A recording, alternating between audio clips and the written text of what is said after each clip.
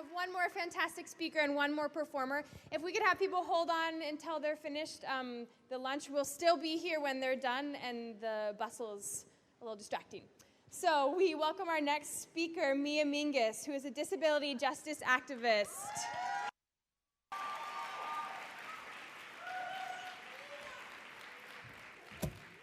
Hi, everybody. How you doing? Are you hungry?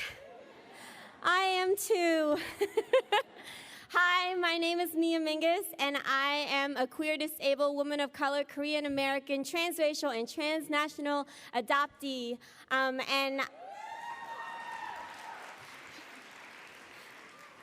Thank you.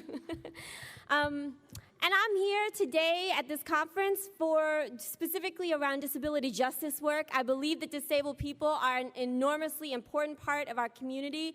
I believe that disability justice analysis is so important for us to integrate into reproductive justice. And we can't keep thinking about it like, oh, let's bring in these people that are out there, because there are folks who are doing reproductive justice work who are disabled. Ableism impacts reproductive justice work, all of our work. Ableism defines and tells us what kinds of bodies are valuable or what kinds of bodies get disposable or considered disposable. Ableism gets leveraged all the time. I don't want to be the reason why we have to fight for abortion. I don't want to be the poster child for environmental degradation either. When we think about bodies, how can we talk about bodies without talking about disability? When we think about the history of eugenics and the current practices of eugenics that are happening today and how population control gets used, we know that disabled people are part of it. And we know that it's disabled women of color, it's queer disabled people of color. We know it's disabled trans folks. We know it's disabled immigrants. Like, it's not like it's just disabled people by ourselves.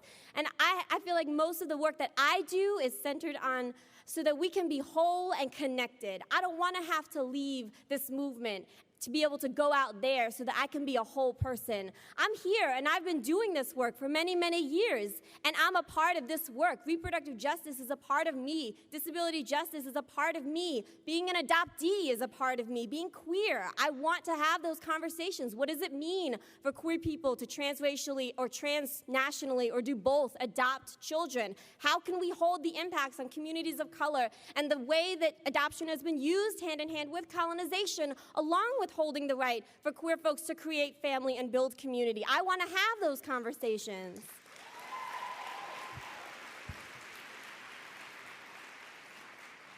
I believe that disability justice has the power to fundamentally change how we organize and how we build community, that we can resist against an ableist notion that we have to work ourselves to death, that we have to produce in the name of capitalism and ableism all the time, that we do all this work but we don't take care of each other as we do it, that it's not sustainable, that it's not accessible, and that we don't see that as many disabled people as we should see here, or the people who are here who are disabled don't feel comfortable to come out and politically say, I am a disabled person, because of the stigma, because of the lack of access, because of the lack of analysis. I'm like, it starts with an A, I don't know.